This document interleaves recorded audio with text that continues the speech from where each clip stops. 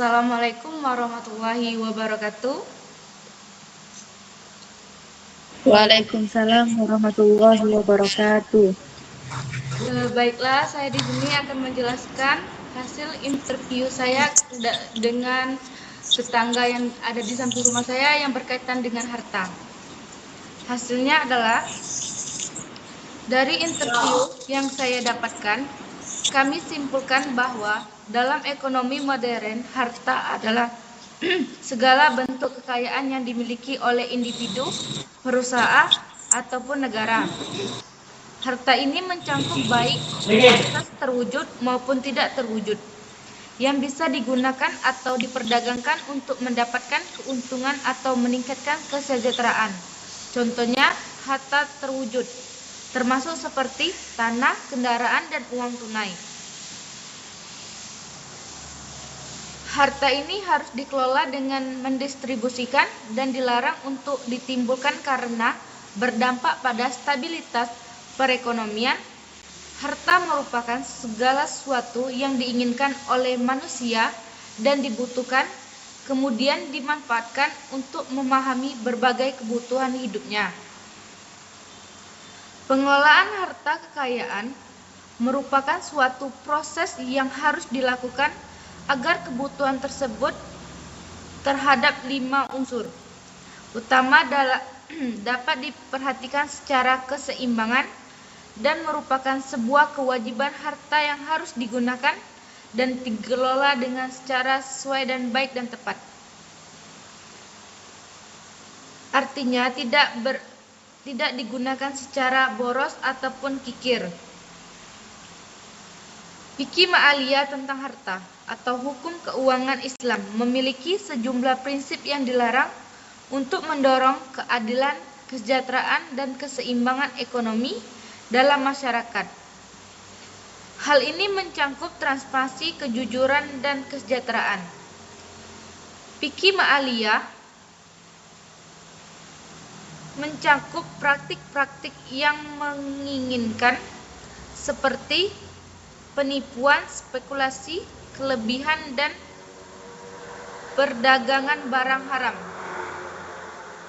Dalam Islam, harta yang harus digunakan kebanyakan dan tidak boleh digunakan untuk kesejahteraan pemiliknya, pribadi, umum, dan negara, dimiliki perbedaan dalam penggunaannya.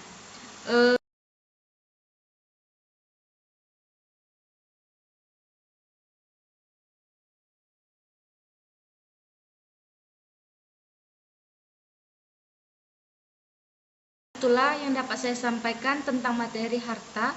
Bagi teman-teman atau saudara yang ingin bertanya, saya persilakan. Baik, izin bertanya kepada Ririn. Jelaskan konsep harta sebagai alat dalam Islam. Cukup. Baik, di sini saya akan bertanya, apa peran harta dalam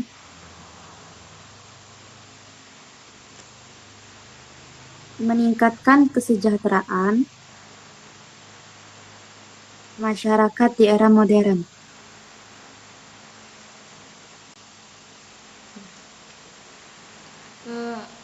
Ada yang ingin bertanya lagi? Baiklah, saya ingin bertanya, apa saja ancaman yang dapat mempengaruhi harta di era modern?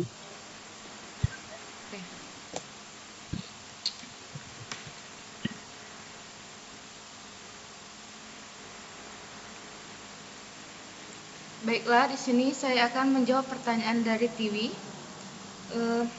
Apa peran harta dalam meningkatkan kesejahteraan masyarakat di era modern?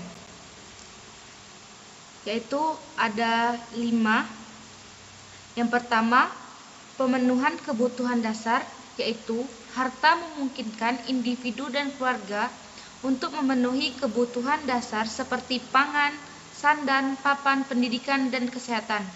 Ketika kebutuhan dasar terpenuhi, tingkat kesejahteraan masyarakat secara umum meningkat. Yang kedua, peningkatan akses layanan. Dengan memiliki sumber daya finansial, masyarakat dapat mengakses layanan pendidikan yang lebih baik, fasilitas kesehatan yang berkualitas, dan teknologi modern yang mendukung produktivitas. Yang ketiga, investasi dalam infrastruktur dan pembangunan. Kekayaan baik pada tingkat individu maupun negara dapat digunakan untuk berinvestasi dalam infrastruktur seperti jalan, transportasi, dan fasilitas publik yang pada gilirannya meningkatkan kualitas hidup masyarakat secara keseluruhan. Yang keempat, pemberdayaan ekonomi, yaitu distribusi yang membangun harta yang tepat dapat memberdayakan masyarakat melalui penciptaan lapangan kerja, pengembangan usaha kecil dan menengah, serta meningkatkan daya beli masyarakat. Yang kelima, mendorong inovasi dan teknologi. Harta yang diinvestasikan dalam penelitian dan pengembangan memungkinkan lahirnya inovasi dan teknologi yang baru yang meningkatkan efisiensi, produktivitas, dan kualitas hidup. Bagaimana Saudara Tiwi? Baik, terima kasih. Oke. Baiklah, saya akan menjawab pertanyaan dari Ria. Jelaskan konsep harta sebagai alat dalam Islam. Yaitu konsep harta sebagai alat dalam Islam menunjukkan pada pemahaman bahwa harta atau kekayaan bukanlah tujuan akhir melainkan sarana atau alat untuk mencapai tujuan yang lebih tinggi, yaitu kebaikan dan kebahagiaan kehidupan di dunia dan di akhirat. Ada 5 poin penting. Yang pertama yaitu sumber daya untuk kebaikan. Harta seharusnya digunakan untuk berbuat baik seperti membantu sesama, menyokong kegiatan sosial, dan berinvestasi dalam pendidikan kesehatan. Yang kedua, tanggung jawab.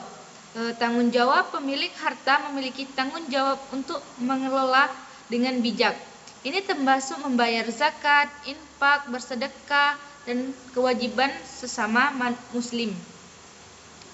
Yang keempat, ujian dari Allah. Setiap harta pasti memiliki ujian dari Allah Subhanahu wa Ta'ala. Harta dianggap sebagai ujian Allah. Bagaimana seseorang mengelola dan menggunakan hartanya akan menentukan derajatnya di sisi Allah. Dan yang terakhir, investasi untuk akhirat. Yaitu harta yang digunakan untuk yang bermanfaat seperti amal jariah, amal yang pahalanya yang terus mengalir dan akan menjadi investasi untuk kehidupan di akhirat. Bagaimana Saudara Ria? Oke, cukup. Terima kasih. Oke, baik. Baiklah, di sini saya akan menjawab yang soal terakhir dari Saudara Nurul. Nurul saya di video. Baiklah, saya akan menjawab pertanyaan dari Saudara Nurul, yaitu apa saja ancaman yang dapat mempengaruhi harta di era modern. Yaitu ancaman yang dapat mempengaruhi harta di era modern ada 7. Yang pertama, inflasi. Inflasi dapat merupakan daya beli uang sehingga nilai harta berkurang seiringnya waktu. Sedangkan yang kedua, krisis ekonomi. Ketidakstabilan ekonomi seperti resesi atau krisis finansial dapat menyebabkan kerugian besar pada investasi sumber daya lainnya. Yang ketiga, korupsi atau penipuan. Praktik korupsi, penipuan, atau penyalahgunaan kekuasaan dapat merugikan pemilik harta dan menurunkan kepercayaan terhadap sistem ekonomi. Yang keempat, itu bencana alam atau perubahan iklim. Di sini ada bencana alam, dampaknya perubahan iklim dapat merusakkan properti, pertanian, dan infrastruktur yang mengurangi nilai harta. Yang kelima yaitu teknologi perubahan. Perkembangan teknologi yang cepat dapat membuat beberapa jenis investasi atau harta menjadi usang atau tidak relevan. Yang keenam, ketidakpastian atau hukum dan regulasi. Perubahan kebijakan atau ketidakpastian untuk dapat mengancam kepemilikan dan pengelolaan harta. Dan yang ketujuh, itu ancaman digital. Seperti kita lihat kan banyak sekarang ancaman digital, contohnya ancaman cyber seperti peredaran dan pencurian data dapat mengancam aset digital ataupun finansial yang dimiliki. Bagaimana Saudara Nurul? Baiklah, jawabannya sangat kuat. Oke, baik, terima kasih. Itulah yang dapat saya sampaikan, dan terima kasih untuk waktu teman-temannya udah menanya dan mengasih saran kepada saya. Lebih dan kurangnya saya minta maaf. Saya akhiri. Wassalamualaikum warahmatullahi wabarakatuh. Waalaikumsalam Waalaikumsalam warahmatullahi wabarakatuh.